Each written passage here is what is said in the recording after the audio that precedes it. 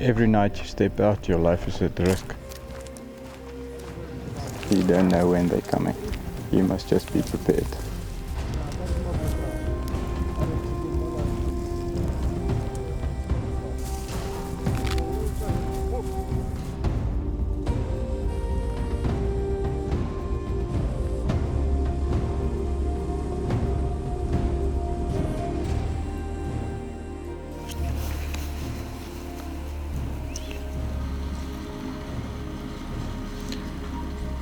This baby came in, we reckon he's about between 15 and 18 months old.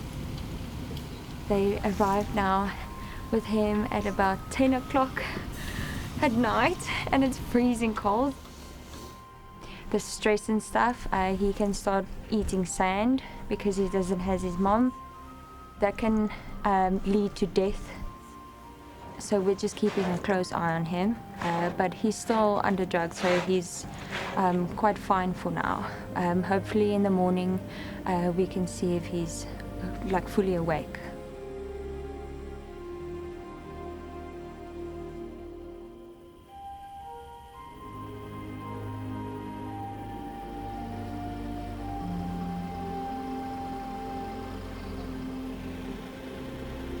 I'm Yolandi and I'm the head carer here at the Rhino Orphanage in South Africa. So when we got back last night, we first planned to leave the new boy in the trailer overnight, but he was quite awake. So we removed his blindfold and his earplugs and then offloaded him into the boma so that he has a bit more space. He was still very groggy from all the drugs, so he was waddling around and then fell asleep against the boma wall a couple of times. I checked on him at about midnight and 2 and 4 in the morning, and then again at 5:30. And he was up and then sometimes sleeping, sometimes standing and sleeping, and then walking around. And he was calling for mom, obviously. He's a bit lost in the dark as well. And then this morning we decided it would be best, because he's stressed, just to get some other rhinos with him. 2 beautiful girls over here, Katie and Lacey. Just a little bit younger than he is, but suitable friends for him. Once we notice that he's following them everywhere, then they can go out into a day camp area and they'll stay in the camp, just to graze normally and just go about rhino business. We all have that maternal instinct, and little babies that lost their moms also pulls at your heartstrings. So obviously when a new rhino comes in, there is a lot of calling, and you can see that they just want their mom and they don't understand what's going on. He's eating, which is the most important thing. Very often if you take a rhino out of its natural environment and you put it in captivity, it goes on hunger strikes. So the most important thing for us is to get it to eat and drink, and then put it with friends. Now, his 2 little friends are very uneasy with him. He just seeks comfort, and obviously because he's an older calf that doesn't drink milk, he doesn't get that comfort from us. So he's seeking it from the girls, and they're not too impressed with him at the moment, so we'll see. For now he's doing okay. He's on par.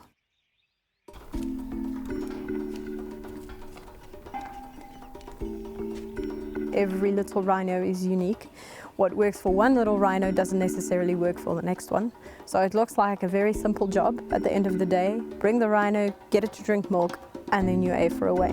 Not that easy. Some of them refuse, some of them fight you, some of them take to us straight away. You can see the same kind of emotion in these little rhino calves that you would see in a child. You absolutely would. Some of them are quite fiery and throw huge tantrums when it's morph time. Just like little children, you have to tell them off sometimes. Others are very gentle, others are very docile and sleepy and lazy. Others like to run around and bounce around and play and look for trouble with anything and everything. Some of them are more scared and timid, they get spooked very easily. Other calves are very bold and daring and explorative, so yeah, it's a fruit salad.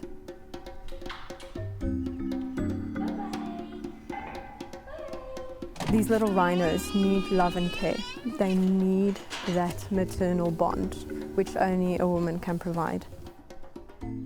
Just that sensitive side of female carers just makes it makes a world of difference to these little rhinos. They want to be faffed. They want to have that TLC.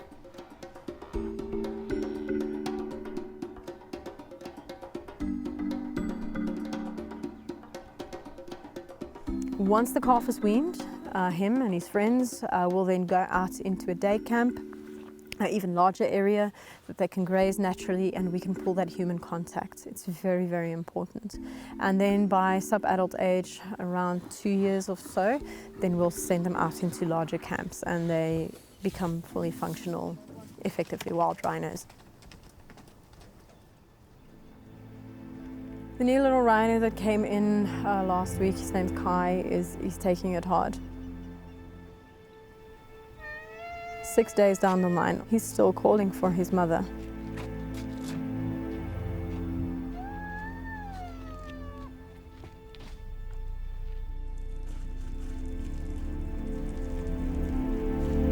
The rhino population is shrinking day by day. On the 116th day of this year, we've already lost 348 rhinos. That's 2 to 3 rhinos a day. I don't even know one day if children and people are going to know what a rhino is. They're going to think it's like dinosaurs or something.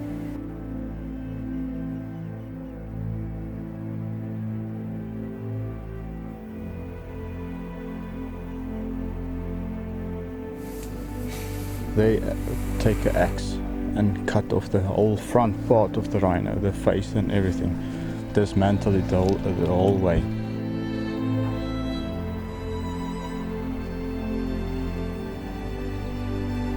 What is going on with humanity to show that kind of violence towards these animals? Standing there, half their face hacked off, their whole face paralyzed, they can't even eat anymore. They still have green grass in their mouth from the last bite they took before they were shot. And then those little babies, when you see them around mom's carcass, nudging her, trying to drink from her, not knowing what's going on, why their mom's not responding, it's heartbreaking.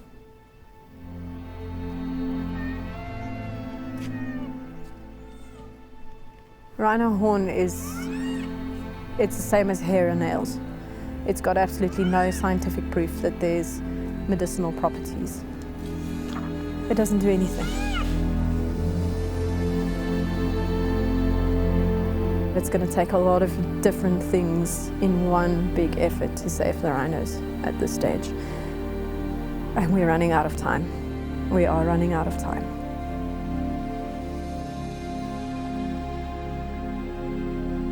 Kai, the new baby, I think he's doing really well. He's starting to win the girls over. Now and again they chase him, but I think it's getting better. The animals need to go back in the wild because that's where they belong. That's our job, is to get them back where they belong.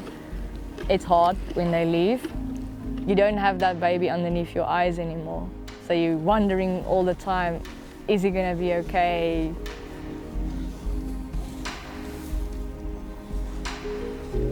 My name is Maria Fabregas. I'm a senior postdoc with the University of Pretoria. My main interest is that if orphan rhino are gonna be able to behave like free-ranging rhino. Our mother's gonna be able not just to breed, but also to raise their calves to an age of independence. Are they going to be good mothers? Are males going to be able to find a territory and establish a territory and defend a territory? You release an animal that is not behaviorally competent, that animal is doomed. So far so good, because they have the chance already to encounter residents. There haven't been big fights that we know of. They didn't lose condition. They also had the chance to encounter lions. They know what to do. They've started exploring. They're skittish, which is what they should be. They do a fantastic, fantastic, fantastic job here. They're very dedicated people. They put a lot of effort. Obviously, there's no schedules. There's no Christmas. There's no off days. It is what it is when an animal is in need.